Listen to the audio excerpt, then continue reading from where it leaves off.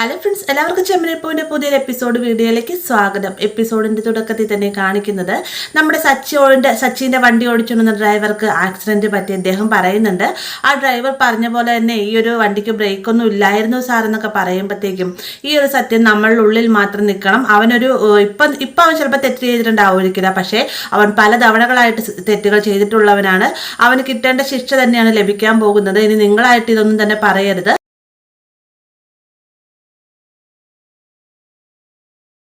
നിങ്ങൾ എനിക്ക് ഉപകാരം ചെയ്തു തരികയാണെങ്കിൽ പിന്നീട് നിങ്ങൾക്ക് വേണ്ടി ഞാൻ ഒരുപാട് ഉപകാരങ്ങൾ ചെയ്തു തരാം.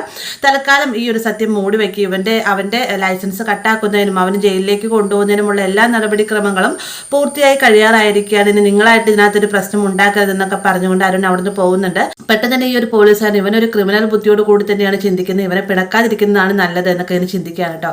പിന്നീട് കാണിക്കുന്നത് നമ്മുടെ സച്ചി രേവതിയും കൂടി ഉണ്ടായ സത്യങ്ങൾ, അതായത് സച്ചിയുടെ വണ്ടിയുടെ ബ്രേക്ക് പൊട്ടിയെന്ന് ഈ ഒരു വണ്ടി എന്ന് അരുണിന്റെ വണ്ടിയിലേക്ക് ഇടിച്ചു എന്ന് പോലീസുകാർ തന്റെ വാഹനം പിടിച്ചു വെച്ചെന്നുള്ള എല്ലാ കാര്യങ്ങളെല്ലാം തന്നെ ചന്ദ്രയോടും രവിയോടായിട്ട് പറയുന്ന സമയത്ത് ചന്ദ്ര പൊട്ടിച്ചിരിക്കേണ്ട. എന്നിട്ട് പറയുന്നുണ്ട്, ഇതൊന്നും അല്ല സത്യം, ഇവൻ പറയുന്ന കള്ളമാണ്, ഇവൻ വെള്ളം അടിച്ച് വാഹനം ഓടിച്ചുകൊണ്ടെന്നായിരിക്കും ഇങ്ങനെയൊക്കെ സംഭവിച്ചതെന്നൊക്കെ പറഞ്ഞുകൊണ്ട് സച്ചിനെ മനഃപൂർവ്വം കുറ്റക്കാരനാക്കുന്ന രീതിക്ക് സംസാരിക്കുമ്പോഴത്തേക്കും സച്ചി തന്റെ ഭാഗം ന്യായീകരിക്കുന്ന രീതിക്കെല്ലാം തന്നെ അവിടെ സംസാരിക്കുന്നുണ്ടെങ്കിൽ ചന്ദ്ര വീണ്ടും സച്ചിയെ കുറ്റപ്പെടുത്തി സംസാരിക്കുന്ന രവി പറയുന്നുണ്ട്, നീ ഒന്നും മിണ്ടായിരിക്കുന്നുണ്ട് ചന്ദ്ര, ഇത് നിന്റെ മോൻ തന്നെയല്ലേ, സുധിക്കാണ് ഇങ്ങനെ പറ്റിയെങ്കിൽ നീ ഇതേ രീതിയിൽ സംസാരിക്കുമ്പോൾ ഇവിടുന്ന് പോയിക്കോളാം പറഞ്ഞിട്ട് ചന്ദ്ര അവിടെ നിന്ന് പറഞ്ഞു വിടുകയാണ് കേട്ടോ.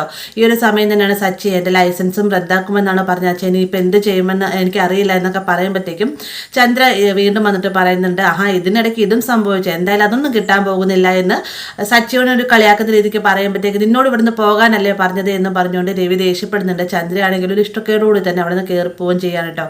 പിന്നീട് കാണിക്കുന്ന അരുൺ ദേവുവിനെ വിളിച്ചതിന് ശേഷം തൻ്റെ ഏറ്റവും വലിയ ശത്രുവായവനെ ഞാൻ താൻ കുടിക്കുകയെന്നും അവൻ്റെ ലൈസൻസ് താൻ കട്ടാക്കാൻ പോവുകയാണ്, അവൻ ജയിലിലേക്ക് പറഞ്ഞു വിടാനുള്ള ഏർപ്പാടുകളൊക്കെ ചെയ്തു എന്നൊക്കെ പറയുമ്പോഴത്തേക്കും പാവം, നിങ്ങൾ എന്തിനാ അയാളെ ഇങ്ങനെ ഉപദ്രവിക്കുന്നത്?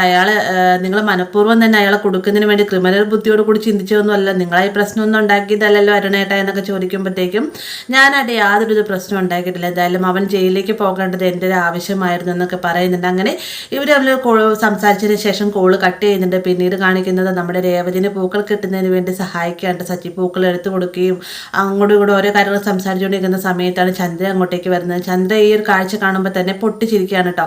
ഇത് കേട്ടുകൊണ്ട് രവി വന്നിട്ട് ചോദിക്കുന്നുണ്ട്, നീ എന്താ ചിരിക്കുന്നത് എന്ന് ചോദിക്കുന്ന സമയത്ത് ആ ഒരു കാഴ്ച കണ്ടില്ലേ രവിയേട്ടാ, ഇനിയിപ്പോൾ അവനിത് മാത്രം ചെയ്താൽ മതിയല്ലോ, ഇവളെ ഉദ്ദേശകാരം ഇത് തന്നെയായിരുന്നു, ജോലിക്ക് പോവാതെ അവരെ വീട്ടിലിരുത്തുക, ഇവളെ ഹെൽപ്പ് ചെയ്യുക, പൂക്കൾ കെട്ടാൻ സഹായിക്കുക, കൊണ്ടേ കൊടുക്കുക, പിന്നീട് അടുക്കള ജോലി, തുണികളൊക്കെ, അങ്ങനെ എല്ലാ ജോലികളും പതുക്കെ ഇവൻ്റെ തലയിലേക്ക് കെട്ടിവെക്കുമെന്നൊക്കെ പറയുമ്പോഴത്തേക്കും സച്ചിക്ക് ഭയങ്കര സങ്കടമാവുന്നുണ്ട്.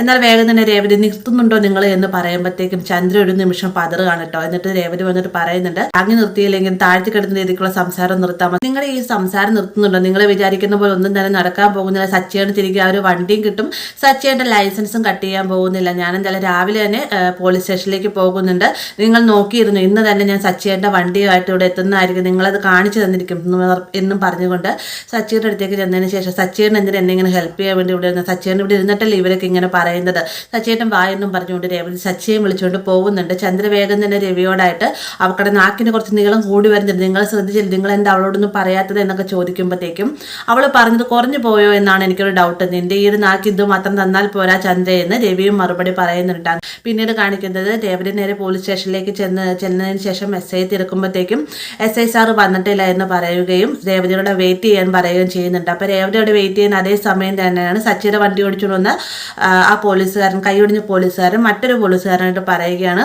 ആ ഡ്രൈവർ പറഞ്ഞ കാര്യങ്ങളെല്ലാം തന്നെ സത്യമായിരുന്നു, വണ്ടിക്ക് ബ്രേക്കില്ലായിരുന്നു, ബ്രേക്ക് ആരോ പൊട്ടിച്ചിട്ട അവസ്ഥയിലായിരുന്നു വണ്ടിയിലുണ്ടായിരുന്നത്, ഞാൻ തലനാരിയൊക്കെയാണ് രക്ഷപ്പെട്ടത്, പക്ഷേ അരുൺ സാറിന്റെ നിർബന്ധപ്രകാരമാണ് അദ്ദേഹത്തിന്റെ ലൈസൻസ് കട്ട് ചെയ്യാനും അയാളുടെ പേരിൽ കേസെടുത്ത് അരുൺ സാറിന്റെ വൈരാഗ്യം തീർക്കുകയായിരുന്നു എന്നൊക്കെ പറയട്ടെ. അപ്പോൾ ഇതെല്ലാം തന്നെ രേവതി മാറി ഇരുന്ന് കേൾക്കുന്നുണ്ട്. എന്നാൽ ഈ നിൽക്കുന്ന രേവതിയാണ് സച്ചിയുടെ ഭാര്യയാണ് എന്നറിയാതെ തന്നെയാണ് ഇവർ സംസാരിച്ചുകൊണ്ടിരിക്കുന്നത്. ഇതിനിടെ തന്നെ ഇവരിൽ ഒരു പോലീസുകാരൻ കോള് വരികയും പെട്ടെന്ന് തന്നെ ഒരാൾ പുറത്തേക്ക് പോവുകയും ചെയ്യുന്നുണ്ട്. കൈയൊടിഞ്ഞ പോലീസുകാരൻ കോള് സംസാരിച്ച് കട്ട് ചെയ്യുന്ന സമയത്ത് തന്നെ രേവതി അങ്ങോട്ടേക്ക് വന്നതിന് ശേഷം, സാർ പറഞ്ഞതെല്ലാം തന്നെ സത്യമായിരുന്നില്ല, ആ വണ്ടിയുടെ ബ്രേക്ക് ആരോ പൊട്ടിച്ച നിലയിൽ തന്നെ ആയിരുന്നില്ലേ എന്നൊക്കെ ചോദിക്കുമ്പോഴത്തേക്കും ഇത് പറയാൻ നിങ്ങളാരാണെന്ന് പോലീസുകാരൻ ചോദിക്കുന്നുണ്ട്. ഞാൻ സാർ ഓടിച്ച വണ്ടിയുടെ ഡ്രൈവറും സച്ചിയുടെ ഭാര്യയുമാണെന്ന് പറയുമ്പോഴത്തേക്കും പോലീസുകാരൻ ഒരു നിമിഷം പതറുന്നുണ്ട്. കാരണം തൻ്റെ വരുന്നുള്ള സത്യങ്ങളെല്ലാം തന്നെ ഇവർ കേട്ടു എന്ന് മനസ്സിലായിക്കൊണ്ട് തന്നെ പരമാവധി ഇദ്ദേഹം ഒഴിഞ്ഞു മാറാൻ ശ്രമിക്കുകയാണ്. ഞാൻ ഇങ്ങനെയൊന്നും പറഞ്ഞിട്ടില്ല എന്നൊക്കെ പറയുന്ന സമയത്ത്, സാറിനെ കൊണ്ട് മാത്രമേ ഞങ്ങളെ സഹായിക്കാൻ പറ്റൂ, എങ്ങനെയും സത്യങ്ങളൊന്ന് തുറന്നു പറ സാർ എന്നൊക്കെ പറയുന്നുണ്ടെങ്കിൽ ഇദ്ദേഹം